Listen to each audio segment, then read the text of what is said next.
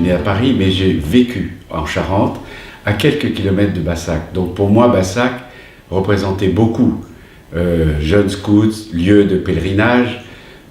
Ensuite, plus âgé, lorsque je faisais visiter la région, je ne pouvais pas ne pas m'arrêter dans ce lieu qui est absolument différent. Et quand on rentre dans l'abbaye de Bassac, on est pris par le lieu.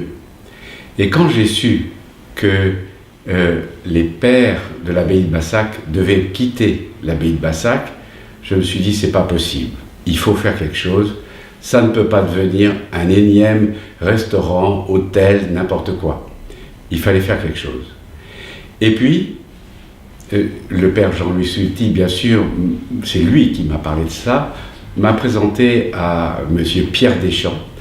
Et Pierre Deschamps et moi, nous sommes dit ensemble, l'un qui ne connaissait pas la région, moi qui étais à la fois parisien et charentais, on va peut-être faire quelque chose ensemble, créer la première étape, la première pierre d'un ensemble qui est très important.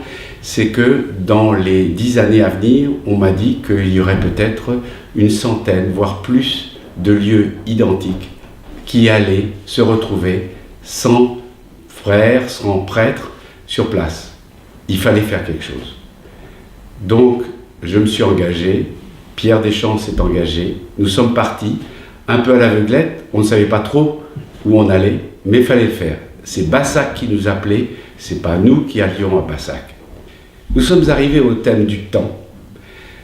Pourquoi le thème du temps ? Parce qu'il va très bien avec l'endroit où l'abbaye de Bassac se trouve, au bord d'un fleuve qui s'appelle la Charente, qui est un fleuve paisible, qui donne le sens du temps, au bord de chais de Cognac, où on attend de nombreuses années avant de vendre un produit magnifique, au bord d'une région peuplée par des Charentais, dont un président de la République qui avait un certain sens du temps.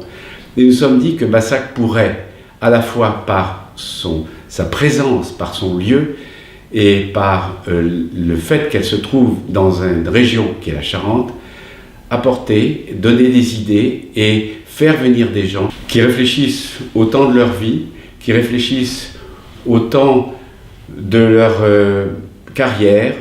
Mais ce n'est pas ça le plus important.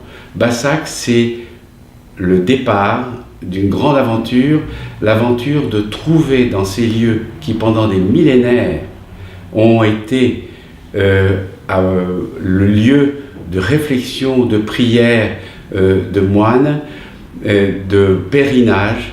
Eh bien, ce lieu pouvait encore apporter, sans la présence de moines, une aide à faire grandir la vie des uns et des autres. Et Bassac, c'est le départ d'une grande aventure.